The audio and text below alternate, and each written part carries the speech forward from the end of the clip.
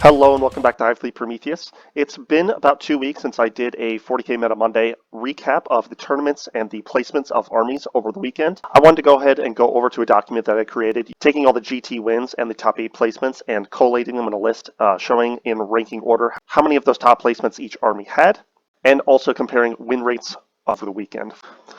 So first thing, going off of the factions that had the most wins this weekend in RTTs or GTs, we had 2 for Dark Angels, 2 for Guard, 2 for Black Templars, 1 for Sisters of Battle, 1 for Thousand Sons, Necrons, Tau, and Custodes.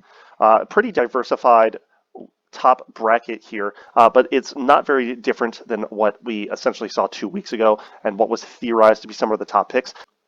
Tau, I think, is up here with a higher win rate because it is a good counter pick against Custodes, T-Suns, and Black Templars. Shooting at things that want to get into melee before they can get to you seems to be pretty good, especially when you have efficient shooting platforms like the Riptide, which has 3 or 4 damage weapons, depending on if it overcharges. And now going down to our top 8 placements, we have Eldar with something like 9 top 8 placements, Necrons with 7, Custodes with 6, Tau with 5, Guard with 4, Sisters with 4, and then kind of descending from there.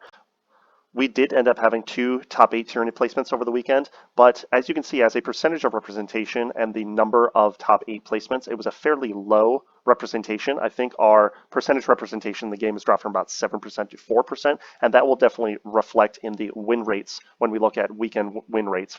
Specifically looking at weekend win rates, we're going to go from highest to lowest, even though we didn't see a whole lot of Chaos Demons top 8 placements. They actually had a fairly high percentage weekend win rate at 57%, and going down from there we have Dark Angels at 56 with their Iron Storm lists, Tau as a counter pick to Custodes and a lot of the power armor bodies that we see at the top of the boards. Custodes at 54, I don't think they came out in force as hard as they thought they would, but they're still making their place.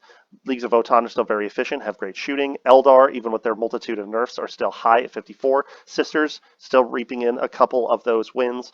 Necrons with Canatech Court or Hypercrypt still doing very well. Black Templars just have very efficient fighting profiles with these Sword Brethren. Guard, Imperial Knights, and Space Wolves are the only other factions over the weekend that were getting 50% win rates or higher, but they weren't specifically taking a whole lot of top 8 placements. Ignoring all of the other multitude of factions, going down to Tyranid win rate over the weekend was at 42%. I think this is because we have a smaller player base. A lot of people who are maybe perhaps newer to the hobby are now going and playing other factions. And now we're going to have to rely on more of the die-hard Tyranid players. So this win rate will probably not stay the same. It will probably go up a slight bit in the weeks to come. If it comes as a little bit of a surprise that Tyranids aren't doing as well right now, I wouldn't really despair. I do think there's time for improvement. We're early in the edition relative to the lifespan of the edition. Every edition has lasted about 3 years. We're about 8 months in. We have another points update coming up in late April, and I do anticipate that things will be getting shaves or large cuts. Things I'm sort of hoping to see are larger point cuts to Hive Tyrants, specifically to Hive Tyrants because of the change to Will of the Hive Mind only being applicable to battle tactics. And with Norns, I think they're an interesting model and an interesting profile that just need to be about 25 to 30 points cheaper each. So part of me hopes that happens.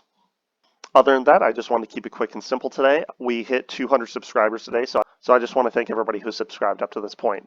Otherwise, I'll be working on another video that I'll be posting later this week, and I'll catch you next time on Hive Prometheus.